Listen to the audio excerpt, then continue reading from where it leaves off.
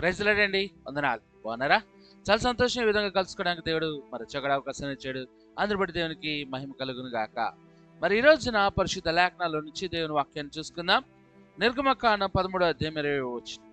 వారు సుక్కోతు నుండి ప్రయాణమైపోయి అరణ్యము దగ్గరనున్న ఏతేములో దిగిరి.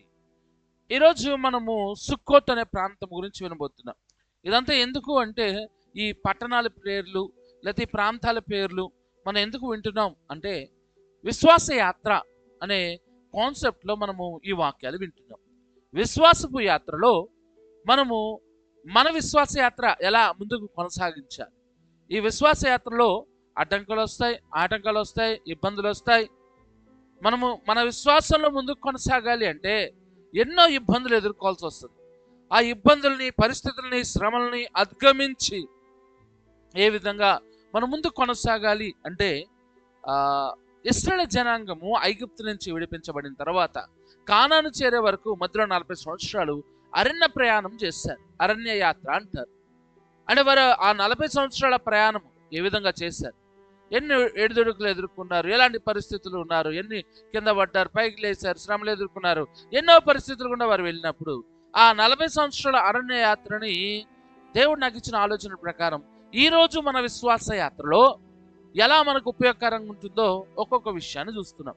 అయితే ఆ 40 సంవత్సరాల ప్రయాణాన్ని ఒక 40 మెసేజెస్గా ఇలా మన క్లారిటీగా అర్థమయ్యేలాగా ఎక్కడో జరిగింది, అక్కడ ఇలా జరిగింది అని కాకుండా మొదటి రోజు ఐగుప్తు నుంచి వాళ్ళు బయలుదేరిన నాటి నుంచి కానాను చేరే వరకు వాళ్ళు ఎక్కడెక్కడ ఆగారు, ఆగినప్పుడు ఏం జరిగింది అనే సంఘటనలను వర్ణిస్తూ మేము ముందుకు ఈ వాక్యాన్ని తీసుకొస్తూ ఉన్నాను.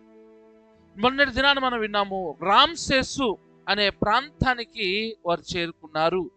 రామ్సేస్ అనే ప్రాంతాన్ని నుంచి బయలుదేరారు. ఇది ఐగుప్తు నగరంలో ఉన్నది. రామ్సేస్ నుంచి వారు సుక్కోతుకు వచ్చారు. సుక్కోతు నుంచి ఏతాముకు వెళ్తున్నారు. ఈరోజున మనము సుక్కోతు అనే ప్రాంతము గురించి వినబోతూ ఉన్నాం. సుక్కోతు అనే పదానికి అర్థము గుడారము, లేకపోతే తాత్కాలిక నివాసము, తాత్కాలిక ఆశ్రమము అని అర్థము, ఆశ్రయము అని అర్థం. అంటే గుడారం అంటే ఎప్పటికీ స్థిరంగా ఉండేది కాదండి. ఏదో జస్ట్ వేసారు తీసేస్తారు, ఎప్పటికీ నిల్చుండేది కాదు గుడారం. అంటే సుక్కోత్ అనేది ఇశ్రాయేలు జనాంగంలో వారు శాశ్వత నివాసం కాదు, ప్రయాణంలో ఉన్న తాత్కాలికమైన స్థలం. మరి అప్పుడు ఇశ్రాయేలు జనాంగము వారిలో ఉన్న పరిస్థితులు ఏంటి, వారి ఆత్మీయ పరిస్థితి ఏంటి, లేకపోతే ఆనాటి కాలంలో వారు ఆ సుక్కోతులో ఉన్నప్పుడు వారి పరిస్థితులు మనం గమనిస్తే దాదాపు 25 లక్షల మంది పైగా ప్రజలు ఉన్నారు.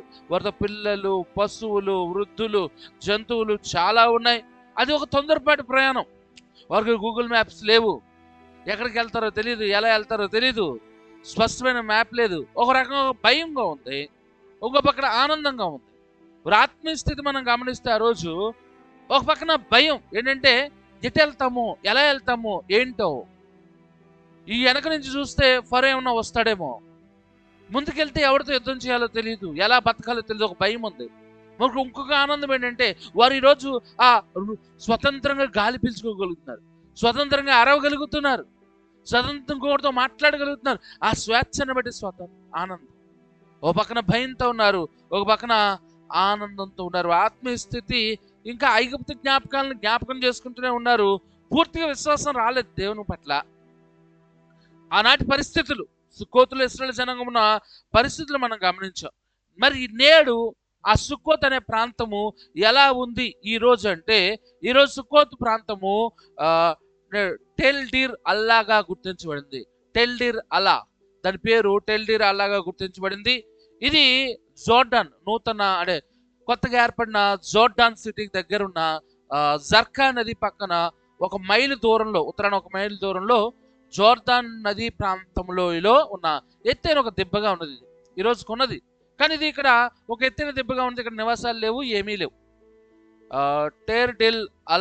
టెల్డీర్ అల్లాగా ఆ ప్రాంతాన్ని గుర్తించారు. సరే, ఇది సుక్కోతు ప్రాంతం గురించి వివరణ. ఈ సుక్కోతు ప్రాంతం నుంచి మనం ఏం నేర్చుకోవాలి? ఆ ఇశ్రాయేలు ప్రజలు వారు అరణ్య యాత్రలో, ప్రయాణంలో వారు అక్కడ ఏం ఎదుర్కొన్నారు, ఎలాంటి పరిస్థితులు కూడా వారు వెళ్ళారు అనే దాంట్లో మనం చూసుకుంటే అది మన విశ్వాస యాత్రకు ఎలా ఉపయోగపడుతుంది అనేది తెలుసుకుందాం. అయితే రామ్సేస్ నుంచి సుక్కోతుకు వచ్చినప్పుడు దేవుడు విముక్తి గురించి విన్నాం. దేవుడు ఎలా వారికి విడుదల ఇచ్చాడో విన్నాం. అయితే సుక్కోతు నుంచి ఏతాం వరకు వారి ప్రయాణంలో దేవుని నడిపింపు గురించి వినబోతున్నాం. ముందు విడిపించబడాలి, తర్వాత నువ్వు నడిపించబడాలి. ఈ రోజున మొన్న విన్న వాక్యాన్ని ప్రకారం నువ్వు విశ్వాస యాత్రలో నీ బంధకాలు విడిపించుకుని ఈరోజు వినబోతున్న వాక్య ప్రకారము దేవుడిని ఎలా నడిపిస్తున్నాడు నడవాలి. దేవుడు నడిపింపుకి సిద్ధంగా ఉండాలి. దేవుడు మనల్ని ఎలా నడిపిస్తాడు, ఆ రోజు ఆ సుక్కోతు నుంచి ఇశ్రాయేలు జనాంగాన్ని దేవుడు ఎలా నడిపించాడు తెలుసుకుందాం. మొదటి విషయం మనం గమనిద్దాం. నిర్గమకాండం 13:21 వారు పగలు రాత్రి ప్రయాణము చేయనట్లుగా యెహోవా త్రోవలో వారిని నడిపించుటకై పగటి వేళ మేఘస్తంభంలోను వారికి వెలిగించుటకు రాత్రి వేళ అగ్ని స్తంభంలో నుండి వారికి ముందుగా నడుచుచు వచ్చెను. దేవుడు మనకి ముందుగా నడుస్తాడు. దేవుడు ఆ ఇశ్రాయేలు జనాంగానికి ముందుగా నడిచాడండి. దేవుడు ఆ ఇశ్రాయేలు ప్రజలకు ముందుగా నడిచాడండి. ఆ సుక్కోతు ప్రయాణంలో వారు బయలుదేరుతూ ఉండగా వారికి ముందుగా నడుస్తున్నది దేవుడు. దాన్ని అంటాడు కదా, నేను గొర్రెలకి మంచి కాపరిని. మంచి కాపరి ఎప్పుడు వెనకాలండి ఏది పోతే అది పోని, ఏదైతే అవని, సింహం వస్తుందా ఎలుగుబడి సంపిని కాడికి సంపని అనుకునేవాడు కాదు. గొర్రెల కాపరి ముందుండి కాపుదలను ఇచ్చేవాడు. ఆయన మంచి కాపరి. అందుకే ఆయన ఇశ్రాయేలు జనాంగానికి ముందుండి నడిపిస్తూ ఉన్నారు. వారి ప్రయాణం అంతట్లో, వారు చేస్తున్న ప్రతి ప్రయాణంలో దేవుడు వారికి ముందుగా ఉన్నాడు.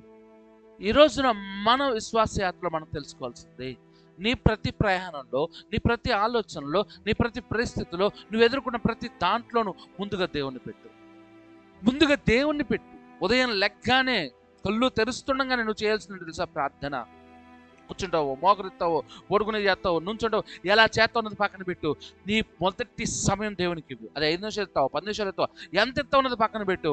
నువ్వు దేవునితో గడుపు. ఉదయం లెగ్గానే మొదటి సమయం ఈ రోజు అంతట్లో దేవుని ముందు పెట్టు. ప్రభువా, ఈ దినం నేను అడుగు వేయబోతున్నాను, ఈ దినం నేను పనులు చేయబోతున్నాను, ఈ దినాన్ని మీరు దీవించండి, నాకు తోడుగా ఉండండి, ముందుగా ఉండండి, నా ఆలోచనలో, నా పరిస్థితుల్లో, నా ప్రయాణాల్లో, నా పనుల్లో నువ్వు తోడు ఉండండి ప్రార్థన చేయి. మొదటి జామున అంటే నువ్వు లెగ్గంగానే చేయాల్సింది ప్రార్థన. అప్పుడు చూడు జీవితం సంతోషంగా ఉంటుంది. ఆ రోజంతా హ్యాపీగా ఉంటుంది. నిజం. ఎందుకంటే ఆ రోజంతా దేవుడు నీకు ముందుగా నడుస్తాడు. నీ ప్రతి విషయం కూడా మనుషుల దగ్గర తీసుకెళ్ళకు. నీకు కష్టం వచ్చింది, ఒక బాధ మనుషుల దగ్గర తీసుకెళ్ళకు. ఒక ఆలోచన వచ్చింది, మనుషుల దగ్గర తీసుకెళ్ళకు.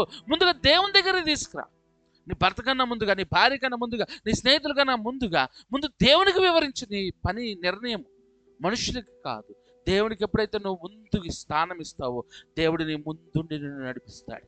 నీ ప్రతి ప్రయత్నం సక్సెస్ఫుల్ కావాలంటే, నీ ప్రతి ఆలోచన సక్సెస్ఫుల్ కావాలంటే, నీ జీవితంలో నువ్వు సక్సెస్ఫుల్ గుండా, విజయాలు కూడా నువ్వు వెళ్ళాలంటే ముందు నీ స్థానం నువ్వు దేవునికి ఇవ్వాలి. నువ్వు ముందు దేవుని నిలబెట్టాలి. ఆ పరిస్థితిలో దేవుడు ఖచ్చితంగా విజయం ఇస్తాడు. మనుషులకు నీ నిర్ణయాలు చెప్పచ్చు, మనుషులకి నీ పరిస్థితులు చెప్పచ్చు. వారు బయటికి ప్రేమగా మాట్లాడిన లోపల నవ్వుకోవచ్చు. కానీ దేవుడు అలాంటి వాడు కాదు. నేను నడిపిస్తాడు.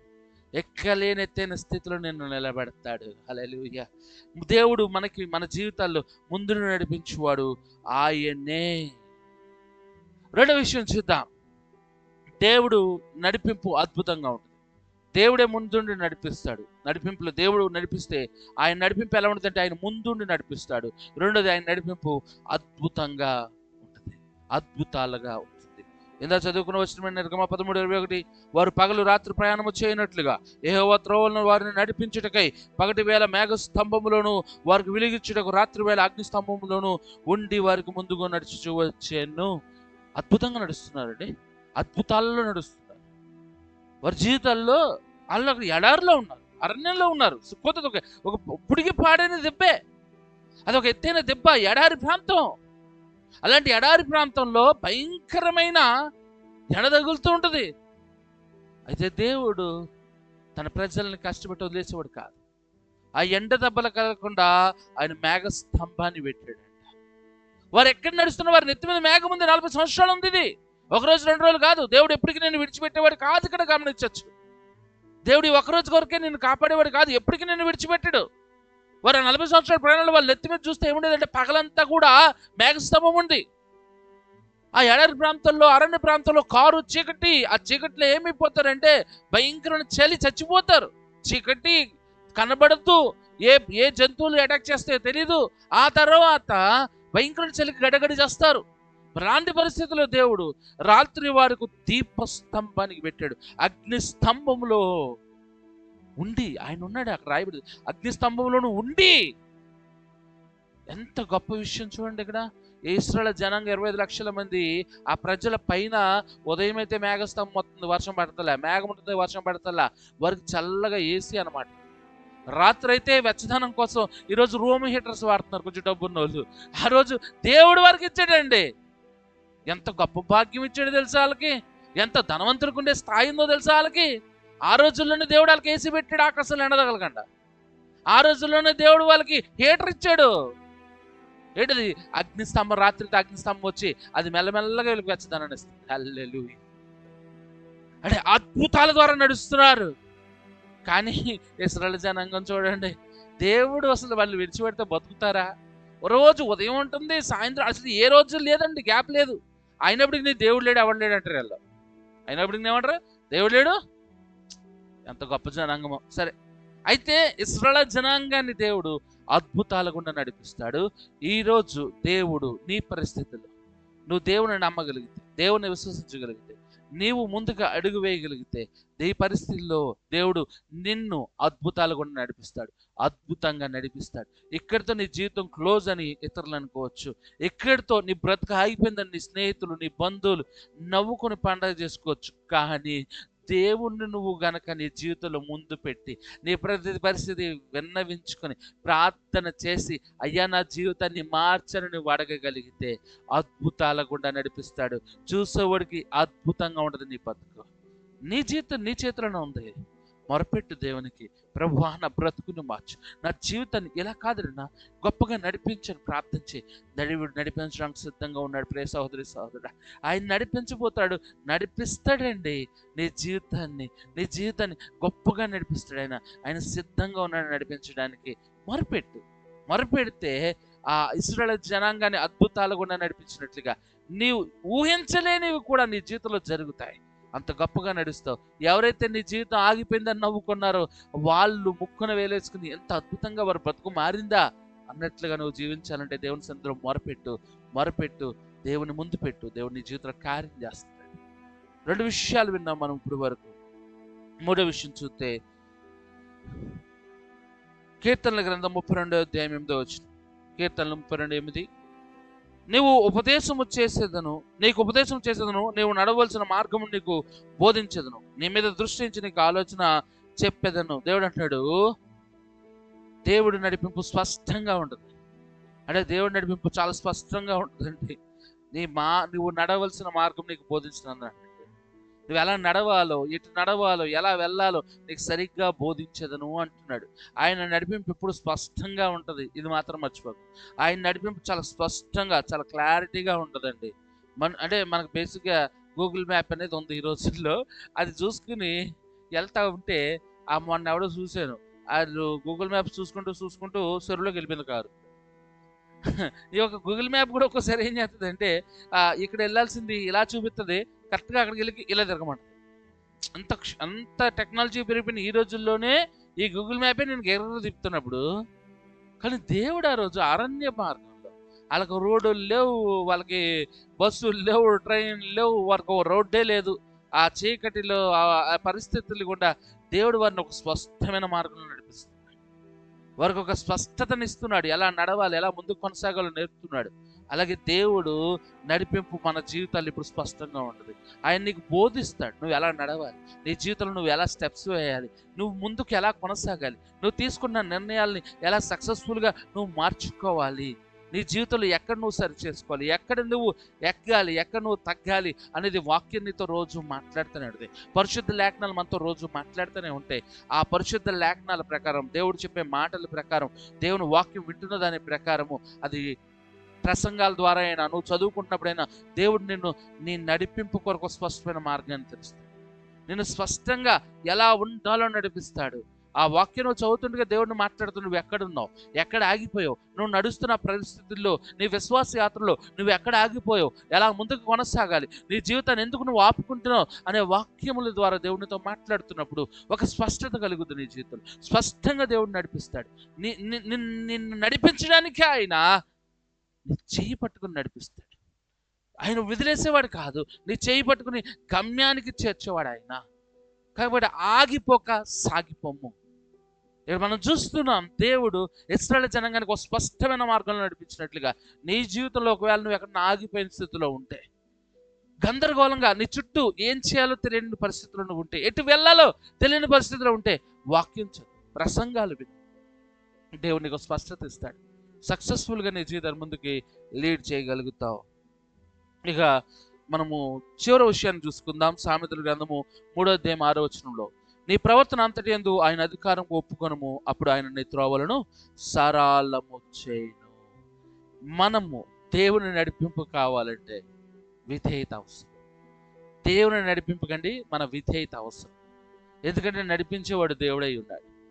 దేవుడు మనల్ని నడిపిస్తున్నప్పుడు ఎగురుకుంటూ గంతులు వేసుకుంటూ నడుస్తాం మన వల్ల కాదు. సారు మన ముందు నడుస్తున్నాడు అనుకోండి, సార్ గారు మన స్కూల్లో చెప్పే సారే స్కూల్లో చిన్నపిల్లలకు ముందు సార్ నడుతుంటే పిల్లలు ఎలా నడుస్తారు వెనకాల సైలెంట్గా కీప్ పోయిట్గా గంతులేరు. అదే వాళ్ళని కనుక రే రోడ్డు అంటే వెళ్ళండ్రా అంటే ఎక్కడ ఏది కనబడితే కర్రను లాగుతాడు, ఆకులు లాగుతాడు, చెట్టును లాగుతాడు, కనబడి అటంటాడు ఇటంటాడు, డ్యాన్స్ వేస్తాడు. అదే సార్ గారు ముందు నడుస్తున్నాడు అంటే పిల్లలు ఏం చేస్తారు వెనకాల కీప్ పోయిట్గా సైలెంట్గా రే సార్ చూస్తాడేమో అయ్యి బాబాయ్ అని జాగ్రత్తగా. అలాగా దేవుడి నడిపింపు నీకు కావాలంటే, దేవుని నడిపింపులో నీ కుటుంబం ముందు కొనసాగాలంటే నీ ప్రవర్తన అంతటి యందు ఆయన అధికారానికి ఒప్పుకో. ఆయన అధికారానికి ఒప్పుకో అంటే కొంతమంది డ్యూటీకి వెళ్తుంటారు. మీరు ఎవరన్నా డ్యూటీకి వెళ్ళినప్పుడు గమనించండి, సార్ ఉన్నప్పుడు పిచ్చి పిచ్చి చేష్టలు ఎవరైనా చేస్తారా? అదే సార్ మీ అధికారి కంపెనీలో మీకు అధికారం ఉన్నప్పుడు పిచ్చి పిచ్చి చేష్టలు చేయడం కానీ అరవడం కానీ కేకలేయడం ఎందుకు చేయరు? అమ్మో ఆయన అధికారి, ఆయన అధికారం కింద ఉన్నా. అలాగే ఈ లోకంలో దేవుని అధికారం నువ్వు ఒప్పుకోవాలి. ఆయన అధికారం ఒప్పుకోవాలంటే మన ప్రవర్తన మార్చబడాలి. మనం ఎలా ఉంటే సరిపోదు. మన జీవితంలో మన ప్రతి పరిస్థితి దేవునికి వినవించుకుని మార్పు చెందాలి. మన ప్రవర్తన అంతటి యందు ఆయన అధికారాన్ని ఒప్పుకున్న రోజే నీ త్రోవలు సరళం చేయబడతాయి.